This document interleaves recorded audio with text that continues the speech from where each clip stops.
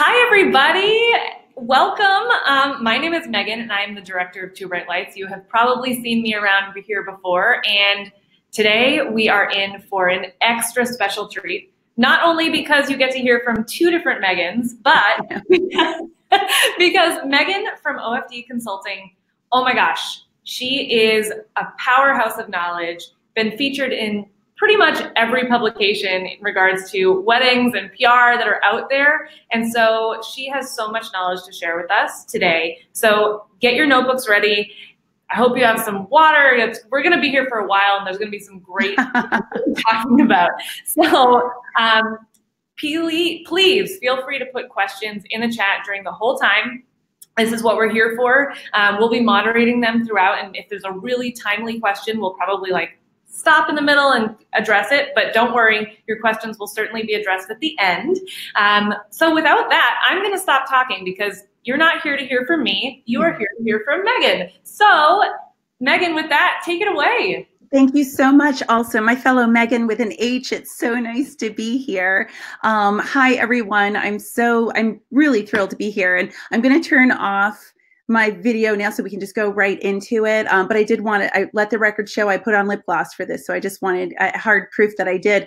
And yes, like she said, we'll take questions at the end. And please know that I'm actually going to be following up with a ton of information because this talk I've actually given between 75 and 90 minutes before. Don't worry, we're not keeping you that long today. It's a little more abbreviated for our webinar format, but please know we're going to be sending you lots of great information too. But please jump in, say hello, especially the friendly faces, familiar faces, and then go ahead and send away the questions as we go along.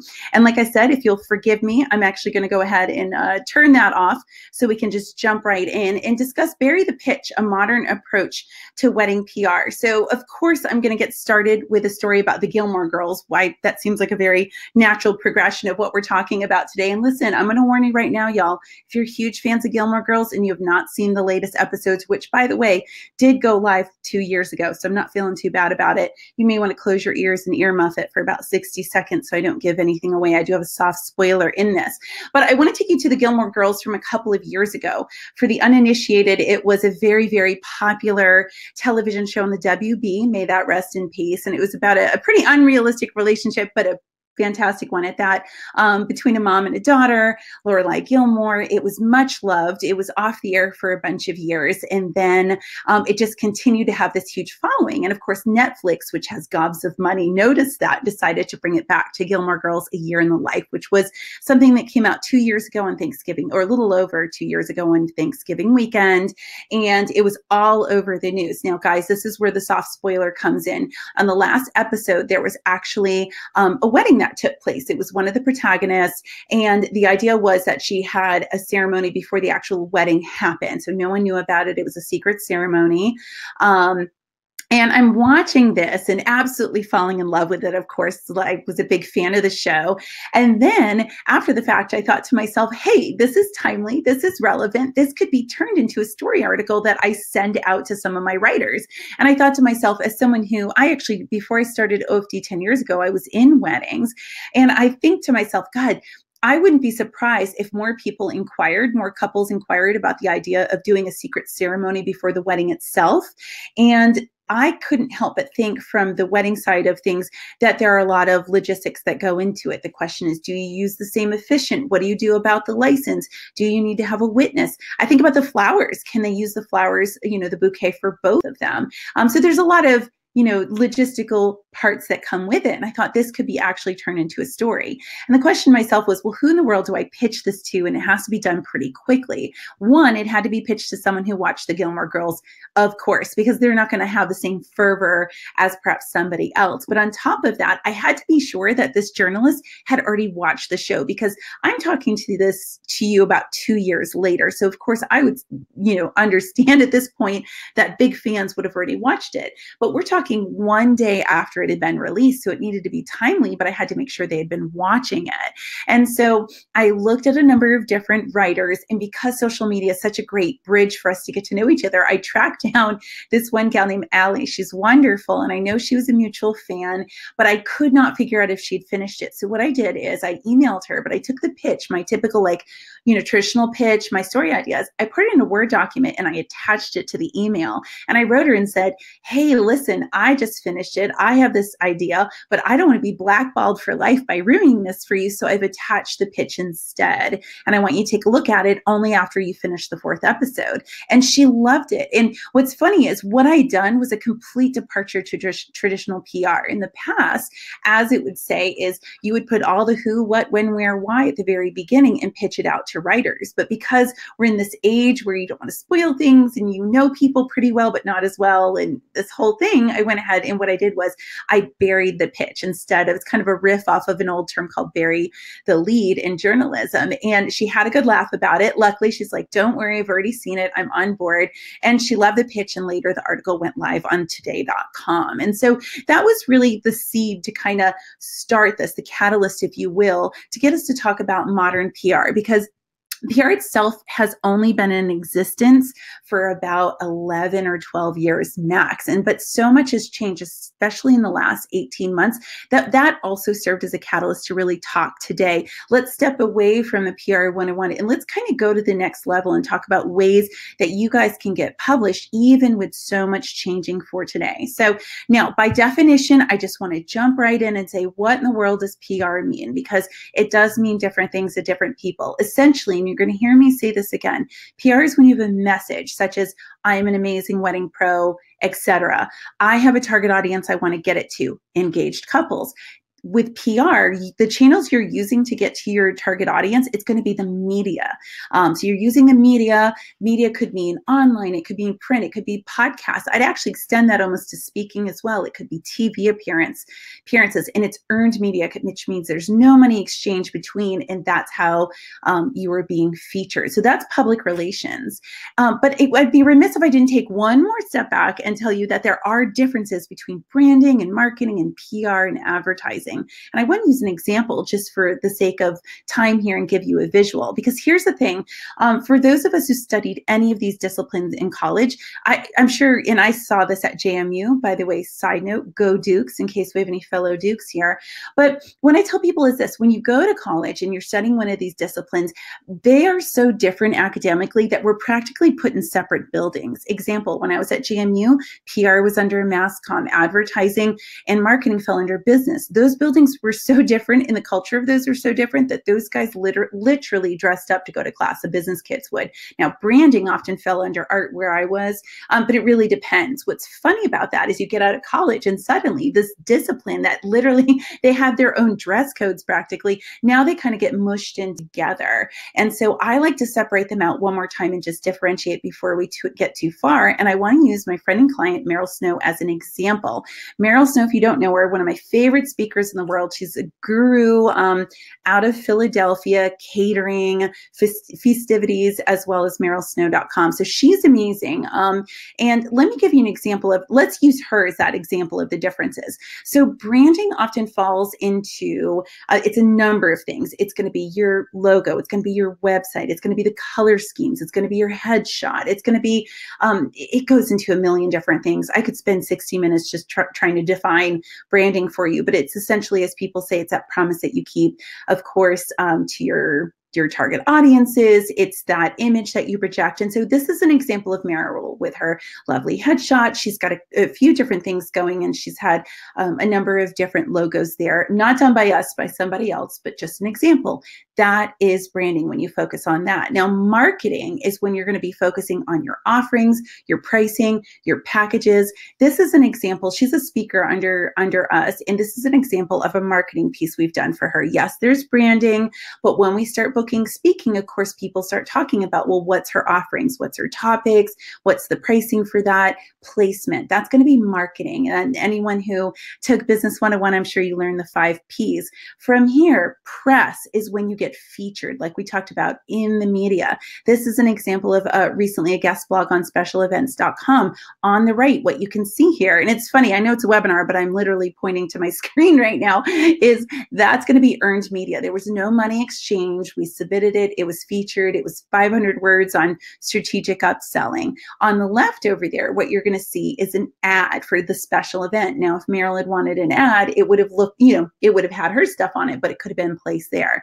Advertising also gets a message out to your audience. And yes, you absolutely use the media, but there is going to be paid, like there's an exchange of money for that. So you have control over the message, you have control over space and time that it's used. And so that's the big difference here. And a lot of people think, well, a publicist wouldn't like advertising, but that's far from the truth. The fact of the matter is, when you are getting featured, you are at the mercy of the editors, and they're amazing, but it's up to them. They're going to decide what photos are being published. Let's say you give them 100 photos, they pick 50 to feature. Maybe they pick 30. People make mistakes sometimes. I one time had this amazing wedding feature in this print magazine, very well known in Virginia. We waited 6 months for it to go live. It kept getting pushed back. And when it came out, we were so excited. We very dramatically opened the magazine, and they had misspelled his name so incorrectly that it wasn't even his name anymore. Thank goodness he was so gracious about it. But I went back and looked before I got in touch with the editor. We had confirmed his name 30 separate times over 60 days. But at the end of the day, we had no control over the product. I mean, it came out as it is. So there's pros and cons when it comes to that. Now, the biggest thing before we step away from the definitions are, even though they're all very different, they tend to work together very, very well. So most of my clients on retainer, yeah, we're doing their press, but we're also mindful of all the other aspects as well. Now, in the beginning, 11, 12 years ago, it was all about real wedding submissions. It was brand new out the door. That's most of the way that you did features. And the good news is that is still a strong hold today. So for you guys who are submitting through Two Bright Lights, good for you, because it's still a big part of how people get their name out there. But I'm sure I'm not the first to tell you that media has changed. Our couples are changing. I don't know if you've gotten the word yet, but yes, we're still with millennials, but we're starting to see Gen Z come up as well. So now we're here, like you feel like you finally figured out millennials, and we're moving up over to, at this point, Gen Z. And so the way they're taking in information is going to be different as well. And so in the beginning, it was all about the pitches and the press releases and the real wedding submissions, but so much has changed. And the question is, how in the world do I make it work for me in this day and age? So these times, y'all, they are changing. There's so much changing in the world of wedding PR. And I want to step into that a little bit more and acknowledge some of the biggest things that are going to be really impacting how you get publicity coming up. First of all, we're just going to jump in the elephant in the room. The wedding media landscape is changing like nothing I've seen. I've been doing this 10 years. The last 18 months, I just can't even believe what's going on. And so what we're seeing is some of these editors who've done an amazing job, they're shutting down their business for one reason or another. Some of them are realizing that it's become a saturated market to some people, or maybe it's not sustainable, or it's just not of interest to them anymore. And so a lot of these bigger ones that we have heard of, suddenly, not only are they're either announcing they're closing, or they are quietly just not posting anymore, and we're kind of chasing them down. On top of that, some of the biggest names out there, we're hearing of mergers. We're hearing of ones being shut down that you never thought would have been shut down. And that's a lot of change in the last 18 months. And so I think it's important that we acknowledge the fact that that because of so much change, we've had to find a different way to get the name out there. Now, the good news is don't panic. That's what I'm here to do, is tell you more about that. So what we're also seeing is a newfound and well-deserved interest in niche and regional blogs and publications. Here's the thing. Oftentimes when we're submitting real weddings, I know that we're going after some of the biggest names that we see, and with good reason. You get great traffic. Of course, you're getting great links back to your site. But the fact of the matter is, most folks they've got a particular expertise, a particular niche, a particular area they're focused on. And some of the most successful clients I've worked with, we have focused on the niche and regional blogs and publications, because even if they don't boast the big numbers of some of the bigger places, if it's going to get you really honed in front of your target audience, why in the world would you not consider it? Because like I said, it's that unsexy formula of I've got that message and I want to get out there, but why don't you go after, maybe it's ones that don't have billions of people coming to them, but they have exactly the people that you're looking to get in front of. These are some examples. Actually, we pulled them from Two Bright Lights. Great example, Destination I Do. Guys, destination couples, they are planning online almost exclusively. That I'm sure that's not a surprise to a lot of people. They're planning online. If I had weddings that I was doing that were in destination, of course I'd be sending them over Destination I Do, because the guys have very carefully curated their audience. They also have a ton of local stuff. Charm City Wed, quick shout out, great up there in Maryland. United Would Love. All those guys have done an awesome job. And so to be able to get the word out there. And so I would encourage you to make sure that you are absolutely 100% diversifying how you get the word out there. Don't just focus on one or two big names simply because that just makes sense and you think that will impress the couples, because yeah, it will impress the couples, but go ahead and diversify to some of these folks who are doing a really brilliant job, frankly, at crafting this audience that is more focused on what it is that you do and really have an interest in what it is that you are doing. We're also seeing the rise of freelancers. So I'm sure you guys are seeing on the news that, of course, that there's going to be, unfortunately, there are layoffs and staff changes. And I'm not just speaking to wedding media, I mean in media across the boards. I belong to a really great Facebook group for publicists in the media.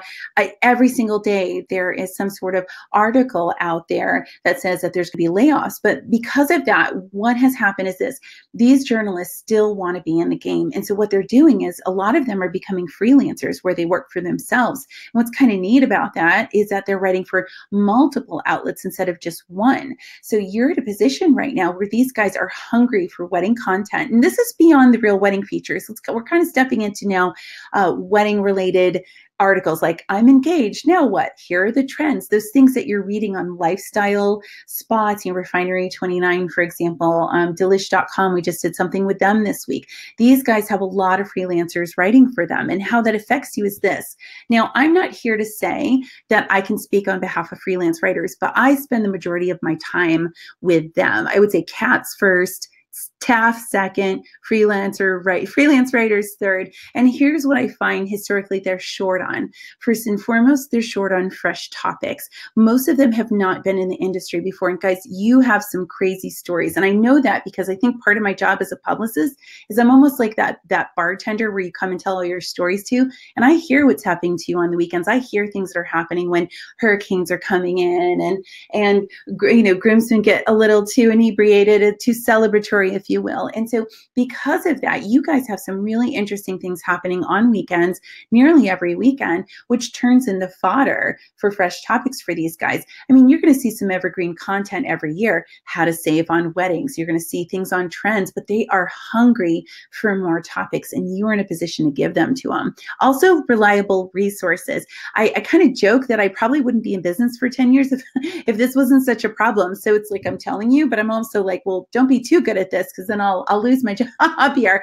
But the one thing I hear lament time and time again is writers are short on reliable resources. If you can get into the mindset, if you start working with some of these writers, that you do drop everything, if you can, as long as it doesn't affect your work with clients, and you respond to them in a timely manner every single time, you're in the top 5% of people they're working with. I promise you, there is such a low barrier right now for this. I hear these complaints all the time. So these writers are, when they come up with these ideas, or they need trends, or maybe they're doing an article on how to hurricane proof your wedding and they need you need to jump in. And they're also short on time. So you have to be mindful of the fact they work on deadline more than almost anybody. And you guys working in the industry understand what that's like. And so this is sort of the perfect scenario right now, because they're short on these three things, that you can enter in the market and really work with them. Now, with that being said, guys, I mentioned I'm going to give some resources afterwards. One of the things I'm going to do in an email is I'm actually going to share some great recorded media chit chats I've had in my collective with writers from the New York Times, Times and some of the top lifestyle places who are going to tell you a little bit more about how to pitch to them, just for the sake of time today. Now, social media has absolutely replaced the coffee date. I love one-on-one with people, and it's a shame we don't do that as much, and I do still try to do that. But what's great about social media is it's taken down the barriers, and it's really expanded the way we've gotten to know editors. 10 years ago, I couldn't tell you almost anything other than the email of an editor. Now, thanks to Instagram, I can tell you what they had for breakfast. I probably know what their dogs' names are. And so I as much as I go, oh, I'd love to have the one-on-one with people, honestly, I'm just really thrilled with the fact that I'm able to forge these great relationships, and dare I say even friendships with some of these writers that would not have happened 10 years ago. Great example. One of my favorite writers in the world. We've never met each other. She's in New York. I keep joking that one day I just picture I'm going to run into her at LaGuardia. We have a lot of mutual interests. In particular, for anyone who knows me, no surprise, the Royals, British Royals, I've loved 30 years. And so even though I've literally never met her before, guys, I'm not kidding, we're taking an online course together on the Tudors coming up. Like, I'm dying. So this is the relationship I'm forging with these guys. It's very authentic. Yes, it's very geeky. But that never would have happened without social media. So it breaks down the barriers and gets us to know these editors. So if you're going through Two Bright Lights and you see some of these places you want to submit, guys, get to know the editors. Follow them on Instagram. Go ahead and start to get to know them on a personal level. You'll never know what's going to happen. I couldn't have told you a year ago I was going to be taking a tutors class with one of my favorite writers, and that's what it is. We're also seeing a need to diversify. Real weddings are still absolutely going to be a part of your promotional plans. And I'm not just saying this because I'm on the Two Bright Lights webinar. They did not ask me to say that. If you put me at the special event, I said that. I did a webinar earlier this week with my collective. I totally said that because Splendid Insights, which is a really great site, taught us, statistically speaking, real wedding features are still one of the top 5 ways that couples are going to find you. But with everything changing with all the editors and whatnot these days, it's time to diversify to other things. I'm going to get into podcasts actually in a second and make a case for those. But I got to tell you, it's not just you guys. I myself am diversifying. I actually have seen a huge need for speaking in education. And so we actually launched this 3 weeks ago, weddingindustryspeakers.com. And I only mention that to show I'm not just telling you guys to diversify away from some of the things that you've been doing to try new things, but I myself am putting my money where my mouth is, and we're really putting ourselves out there. And so I just want to show that I demonstrate with this that it's not just you guys, it's absolutely something we're doing as well. So make sure that you're finding other ways, whether you're introducing yourself to local writers to make sure that they, consider you for article write-ups, make sure you're diversifying to podcasts. If TV is still big in your area, consider diversifying to that. Hold on to the things that work for you, but be sure to diversify as well. Now, the question is what's in, what's out, and what lingers. Here's what remains the same. The good old-fashioned, unsexy, proven formula. Guys, I teach at a local university, VCU. Go Rams, by the way. I teach this in every class. It doesn't matter what aspect of PR I'm teaching. You have a message, you're trying to get to an audience, whatever those channels are, even if it doesn't sound sexy, that's how you're going to get in front of your audience. That's how you're going to get all the right traffic you're looking for and book more business, which at the end of the day, that is what we're all looking to do. Now, let me give you a great example. This is Fabrice Orlando, and he's an amazing planner out of Marrakesh.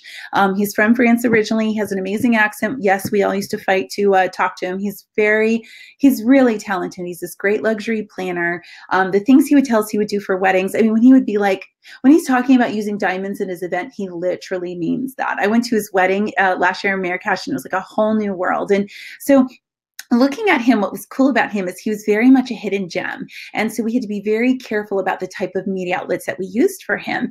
And, a lot of people in Europe were using him. He was very close to Spain, but he wanted more North Americans coming to him, realizing that Marrakesh and Casablanca could be really hot spots. Well, literally and figuratively, if you think about it.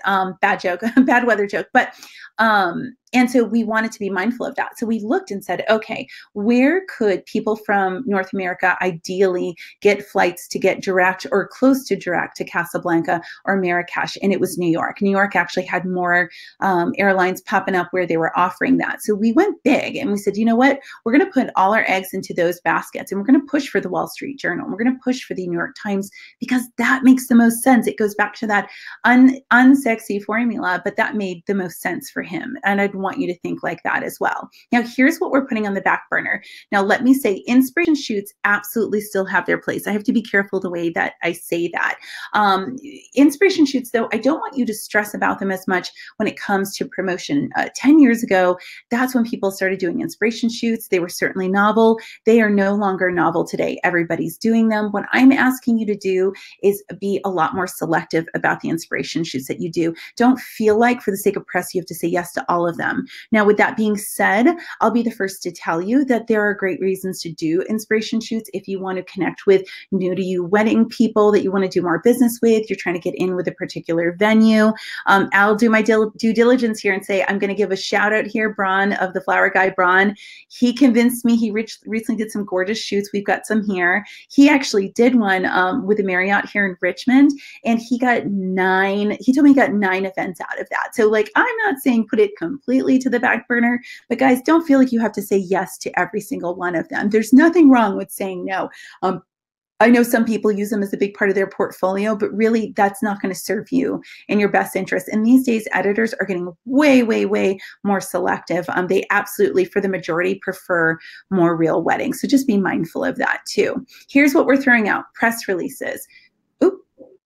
With press releases, they are one-page announcements typically that announce something new, newsworthy, and timely for your business. I would say there are very few times that you're going to want to use this. For us, we actually have a trend report coming out that we absolutely went ahead and used a press release for and got the word out, because we worked with people like Colin Cowie and Mindy Weiss, and that's newsworthy. But for the most part, a good old-fashioned media pitch is going to make more sense. Phone calls, guys, drop it. Stop calling people. You don't want to call people anymore. The writers don't want you to call them, so toss those. We're also throwing out media kits, which used to be these multiple page PDFs that you would send out as information packets. Instead, create a press page on your site, include some of your top press. If you still do releases, include some of those for download. Have a media contact. That can be yourself. It doesn't have to be a publicist. And then if you find that you are near the top of Google and you do have people reaching out to you, use that as a media online newsroom. And I would say go check out Coca-Cola. They were one of the first to actually come up with their own press center, and now they make announcements on their own site versus necessarily putting everything out in the media. Now, obviously, it's going to be a little bit different, but take a look at what they're doing and go from there. We are also embracing the art of storytelling. Like I talked about, you guys go through some incredible events, and why don't you think about some of the ways that you can leverage those? What I'm telling people all the time is, if you've got these crazy weddings that have happened, you've had crazy things that have happened to you, ask yourself, how could this be turned into an actual story? I had this awful couple it's been 10 years, I can talk about it. I had this ridiculous bridezilla billions of years ago where she got married on a marathon weekend here, and she was incredibly difficult to work with. We warned her about, hey, traffic's going to be crazy early in the day, you'll be fine later on. Long story short, it was a mess despite everything we did to help, and she was so upset and stressed out that right before she walked down the grand staircase for like the introduction, she barfed. Like, she literally barfed at this 5-star property, and it was the worst and kind of the best. I'm going to admit it, but it was the worst. And for me, I thought, God, if you could just go back and write an article about things to consider when you're setting your date that might not be obvious, or how to navigate local events on your wedding date. Other things, start thinking about how to pitch ordeals that are unique to you. If you're located in New Orleans and you're dealing with weather, maybe you can talk about when weather's potentially cancel. What happens if a hurricane potentially cancels?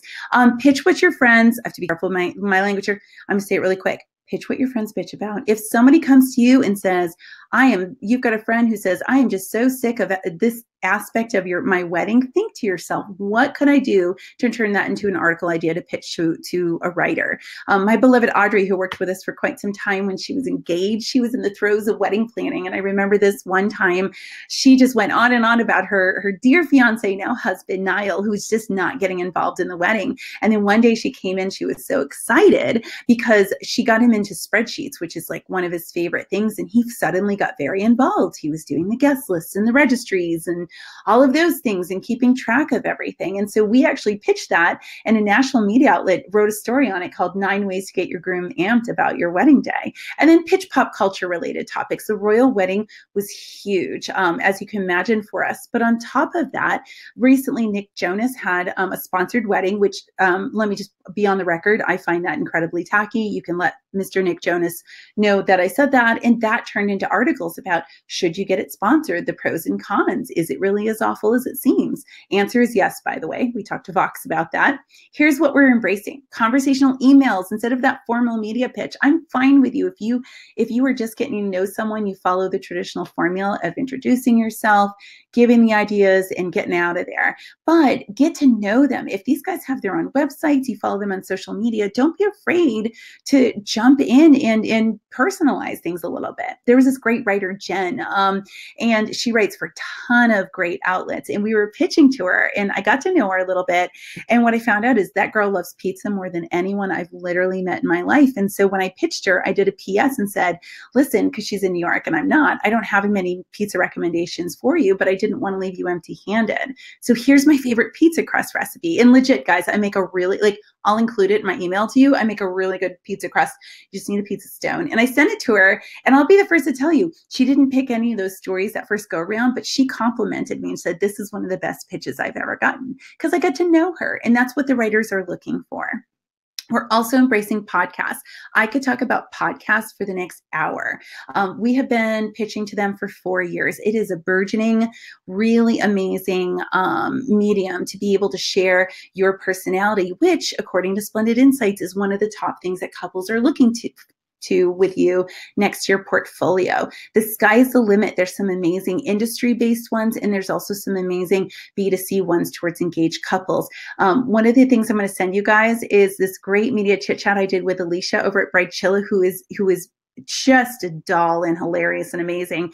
And so she talks a lot about how to pitch to her. She's the #1 wedding podcast in the world. And so it's a great way to perk up your ears and figure out how you can lend to that conversation. So if you're not doing it already, guys, listen to podcasts. Start picking up some of the wedding ones on iTunes. Figure out which one really could be a good fit for you brand-wise. What are the ones that in particular have that great voice and tone that are fit? Get to know the content that they're covering and ask yourself, how can I lend myself to that conversation?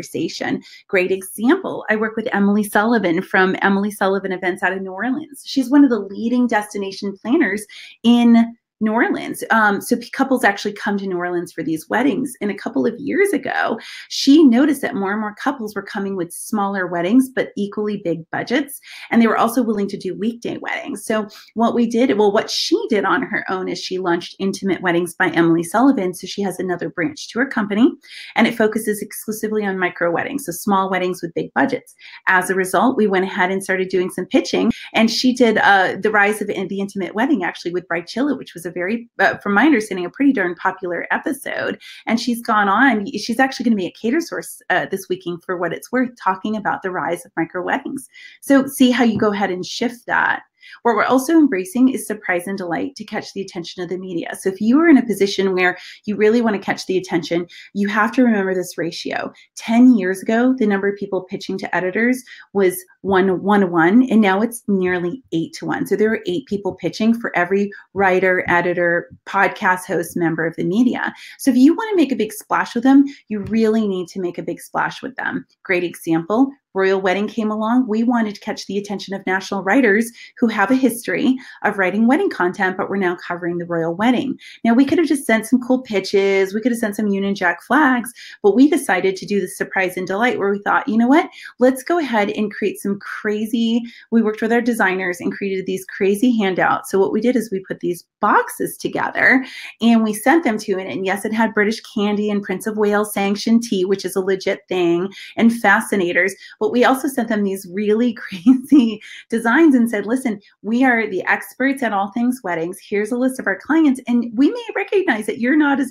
excited as we are. So we gave them all sorts of visual guides to prepare them for the royal wedding and sent them out 2 weeks prior. We actually had these perforated cards that they could stick in their pockets. So if they go to royal wedding viewing parties, they could legit, share some of these and say, oh, did you know that every bouquet has a sprig of myrtle from Queen Victoria's garden, and people loved it. But it's a matter of catching their attention, because these days the ratio is just bananas here. We're also embracing what's called social proof. Now, Katie Easley, who's a friend and client of mine, shout out Katie, she's brilliant. And we were just chatting about this, and I wanted to add this slide, the idea of social proof. It's that third party credibility. It's why we all live off of reviews these days. I mean, I don't buy anything without being reviewed. And so I want you to diversify with social proof in mind. So that means awards, industry awards, like special events and CaterSource, WIPA has awards, submitting yourself to, for speaking, if that's of interest, attending some of these conferences to show not only that you are, learning and continuing in education in your craft, but meeting great people, engage. I go once a year, and I do that for a number of reasons. And I spoke there last year, but part of it is so that I can hobnob with some cool people. I mean, there's nothing like meeting Mindy Weiss for the first time, to be perfectly honest. She's really delightful. And so that's that social proof. And then submitting yourself to lists like BizBash does, the top 500 people in events. And that's something that we submit our clients to. So it's that making sure you've got that third party credibility. That's what your couples are looking for. We're also using technology to make everyone's lives easier. So shout out to Bright Lights. I joked with Megan. I'm sure if you looked it up, I was the third person to ever sign up for Two Bright Lights 8, 9, 10 years ago. But finding ways to streamline, because most of us on here are small businesses. And in order to scale, you have to be able to use technology now. And so we use a number of different technological, like these programs and apps. We actually do an audit in-house every 6 months. We use Dropbox for storage, Google Docs when we're sharing. Like right now, we're working on six different articles for one particular national site this week, and we have to use Google Docs to keep straight so we can all be working on the documents at the same time, because it's so fast paced. We use Woofu for forms. I would suggest, if you need forms to collect editorial information from your clients for real wedding submissions, I use Woofu. It's very inexpensive. You could use Google has forms as well. We use Basecamp for project management software. And a big shout out to Canto, because if you're a photographer, if you're a planner with all sorts of photos, and you need to find a purple cake because the knot needs a purple cake stat, Canto is a great way to upload all your images and tag them accordingly. So when the time comes, if you need boho, it'll pull up all your boho photos. So I just love that stuff. So anyways, as we wrap up, the question is, where in the world do we go from here? First and foremost, revisit that unsexy formula. You're like, what's my message? Who am I trying to get out to? And what's the appropriate channels for it? Review your niche options. That could be regional as well. Are you focused on Indian weddings, Persian weddings, Jewish weddings? Do you want to do more in the LGBTQ space? Figure out what media outlets are focused on that. I would encourage all of you, focus on 2 to 3 freelancers this year. Go to some of your favorite lifestyle sites. Go to Refinery29, go to BuzzFeed, go to some of these spots like Real Simple or Domino, and take a look at some of the content and take a look and see who some of the writers are. And you're going to find they have particular beats that they're focused on.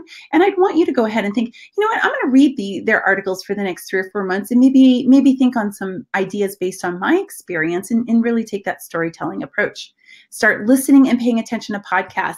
Y'all, this is where it's at these days. I promise you. I've been preaching it for 4 years. I'm going to keep preaching it.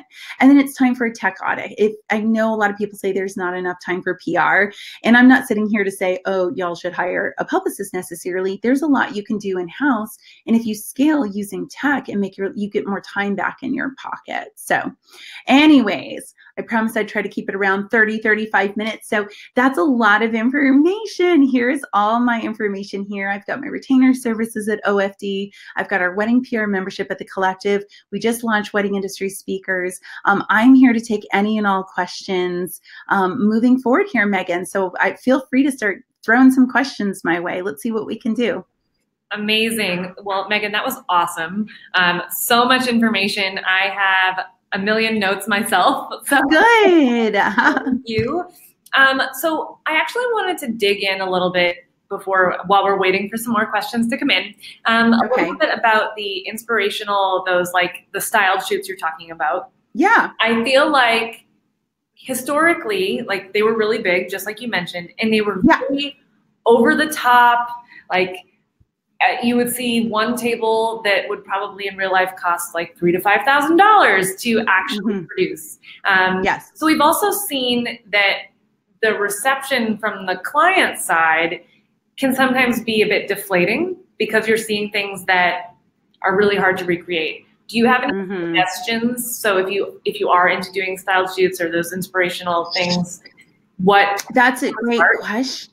That's a tough one. I mean, it's all about educating the client. And if you are going to get these featured and then you do a follow-up on your own blog, I would say it doesn't hurt to put your own use your own content, your own channels, I should say, to educate. Now, you don't want to be too much of a buzzkill if you get these inspiration shoots and you're like, listen, I'm not sure.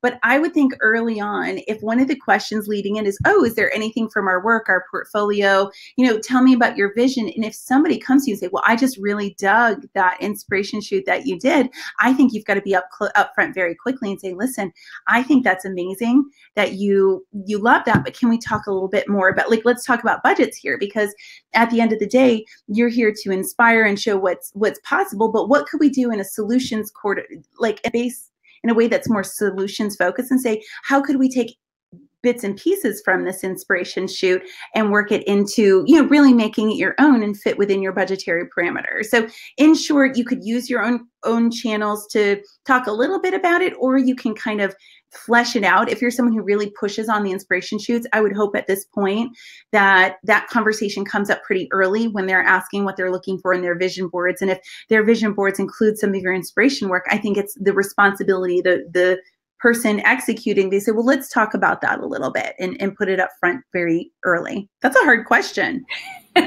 Hey, had to start with a tough one.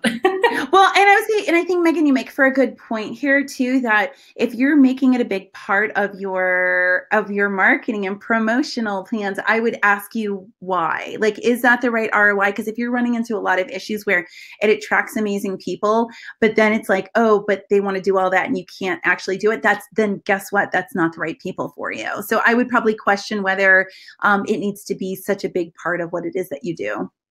Yeah, that's a really, really good point. And I know I hope that's not negative. I'm not trying to be negative. I think it's good because a lot of people try to use those shoots as a way of maybe getting their designs out there and using it to attract their ideal client. But it might be at the end of the day that what they thought was their ideal client actually isn't. Well, it goes back to oh, I've attracted all these people, but yeah, what's your actual rate of booking them? What's your rate of actual satisfaction of working with you? You're going to see a pattern on that. So I'm not trying to poo-poo the inspiration shoots. I just think you should make sure you do them and do other things as well. Great points. So Stephanie had more of a statement, and I just thought it was worth sharing with everybody. But sure. She says she lists all of her publications and any press features on her website for potential clients. So would you recommend including everything? That's awesome question. Stephanie, right? Stephanie asked that. Thank you, Stephanie. So a press page is an absolute must. It's that third-party credibility. And you, at the end of the day, and you know this, Stephanie, because you already have one, but for everybody else listening, it allows you to keep the press continue to live on. General rule of thumb is you want a minimum of 3 great press pickups before you put it up there. Because one by itself, it's very exciting, but it kind of looks sad by itself. So you just and hey, we've all been there. I mean, at OFD, I started with one too. And then from there, what I would do is keep in mind, they're really only going to look at 1 page worth, and you want to make sure that, not to get too technical, but that it loads properly. So I would say it would be almost overboard to go over 20 to 25. It just depends on what your site looks like and how quickly it is to load. And so what I would do is I would chronologically, your most recent stuff is going to be very important. I'm fine with sprinkling some of your top big wins at the very top. So let's say you're really focused on the LGBTQ market, for example, and you also have a lot of great features, but you also get a quote in out.com in the last year, which is incredible. I would say do the chronological, but slip some of the 2 to 3 of the biggest ones near the top of it, which Stephanie, go look at ofdconsulting.com. I swear I'm not trying to send you to my site for that, but just go to press and you'll see how we do it. And so include your top 20 to 25, maybe more if it loads quickly, but they're never going to look much more than a page. And be sure that you give love to your local features as well, because sometimes they fall off if you get quoted in something, but your local folks want to see that you've been featured locally. So I just want to do a quick shout out there. I agree. It's not all about just going big. Sometimes it's about going home too. Yeah, and hey, Stephanie, I think this is the same one. Awards, yes to the awards, but if you get 3 minimum over the years, go ahead and create a separate awards page for that. Like if you're listed in things, the top this, top that, editor's choice, it's because that's what we do too, is we've actually split them. And hey, that's a good problem to have, right? Totally. And congratulations on being an awards winner, Stephanie. That's amazing. Yay. High five. Woo! So this is actually a really good question from Jessie. If you only had time to fully focus your efforts on one thing, what would it be? People, exclamation point, underline. I would focus on people. I would, if I had my time for one thing, statistically speaking, one of the top lead-ins, well, actually, people or SEO. Ooh, I'm divided between the two. Shoot, Jessie. Made it hard. It depends. SEO literally is being at the top of Google is one of the, like statistically speaking, across multiple reports is one of the top ways. That's why a lot of people do Real Wedding Features to get those links back. So SEO, if you don't have the time currently to learn SEO, which I understand, or it's not in the budget right now, which again, I understand, but let me know, Jessie, if you need some recommendations offline, I can do that. But otherwise, people. At the end of the day, with everything changing, and listen, if I had 6 hours to present this, I would have talked about this for about an hour. It's people, it's networking, it's the people in a position to refer business to you. Even if you're a venue or you're a planner near the top of the pecking order for the chronological order being booked, I would put it into people. I'd put it into association memberships. I'd put it into handwritten notes. I'd put it into coffee dates with people locally. That's awesome. I think you're right. It's so worth the extra time to be able to connect with those people. Yeah, always people. And SEO. Yeah. Yes. So Michael has a question about inspirational shoots. Again, if you are doing one, do you feel it's essential to have an editor involved or a writer to enhance the story so that it's more likely to be blog worthy? That's an awesome question, Michael. Typically, I can't speak for all editors, but most editors are not going to get involved from the get-go. It's a tough sell. It's a very, very, because it's so competitive already, very few are going to say yes to something before it happens unless they have an extensive history with you and they featured a lot of your shoots and they're like, oh yeah, this person does crazy good stuff every single time that the goal of an inspiration shoot, if you want it published, is to look to inspiration outside of the industry. I can't stress that enough.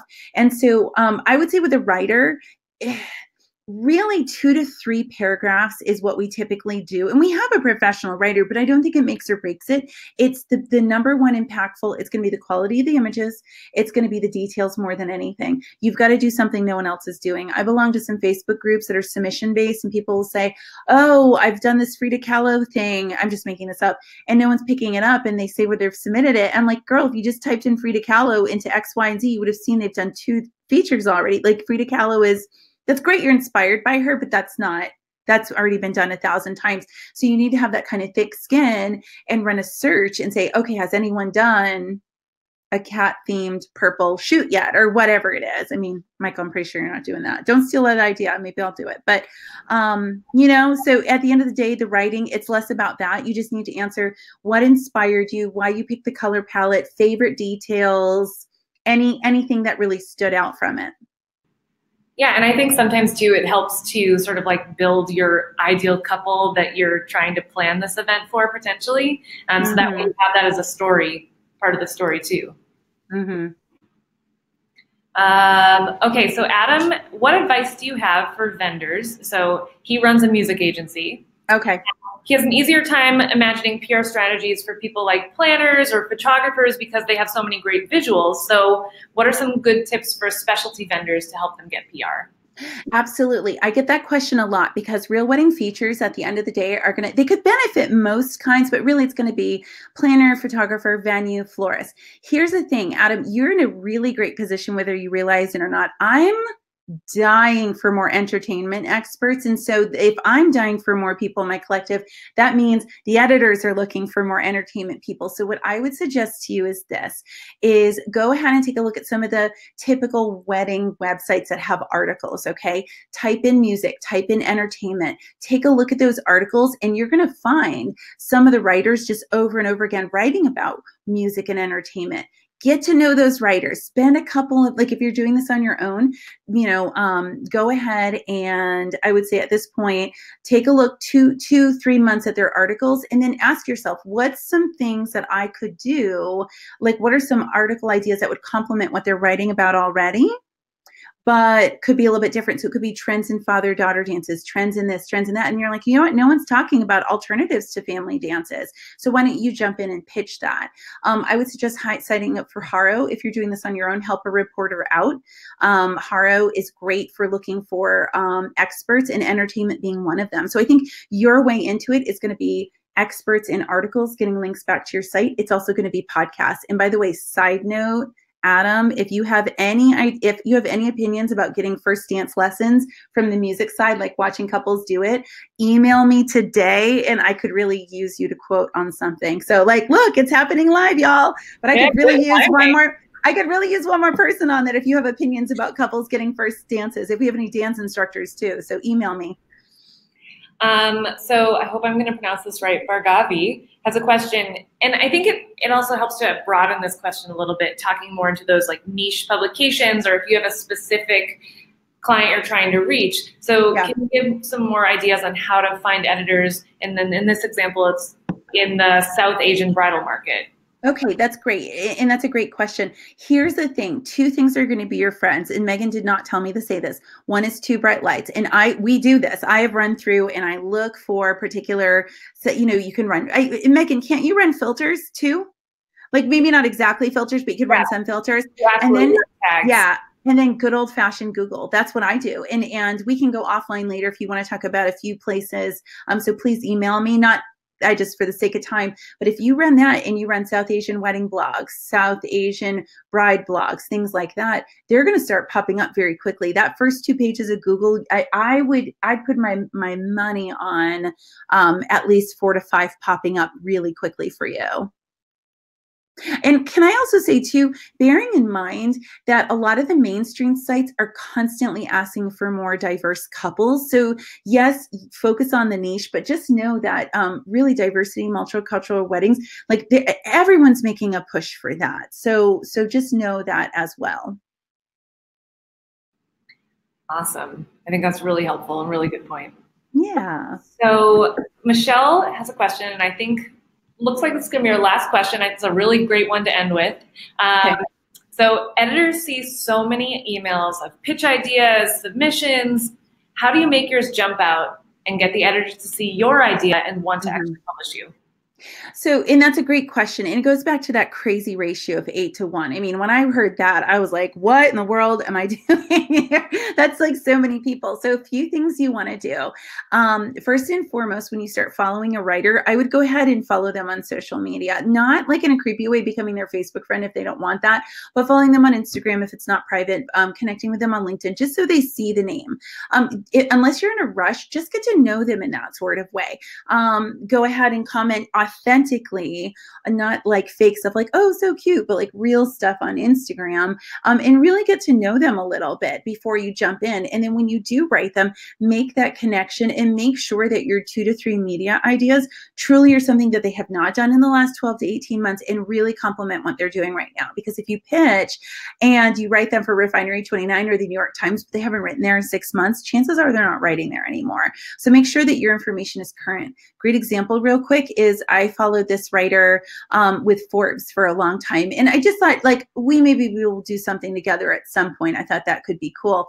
And so here I was following her stuff. And what's cool about her Instagram, which is public, is that for anyone who watched Sex and the City, her legit, like she lives in this place that looks like she's got that classic window out to the city streets and her computer. So it reminds me of Carrie Bradshaw does anyone remember when Aiden was like, Carrie, like that's what it reminds me of.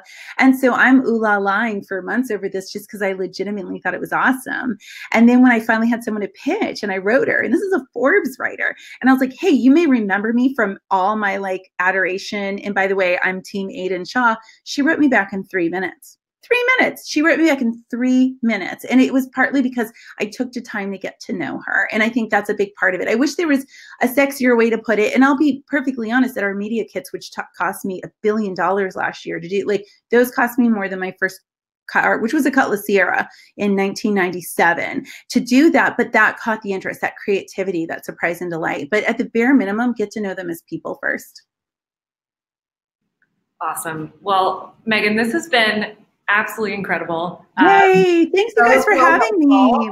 Yeah, it was so great. So everyone, thank you again so much for joining us. Please keep your eyes peeled for an email from Meghan as a follow-up because there's going to be even more fabulous information in there. You do not want to miss it. But yeah, Meghan, this has been great. Thank you, Meghan. The pleasure was all mine. Thanks so much. Awesome. Thanks, everybody. Enjoy the rest of your day. Bye.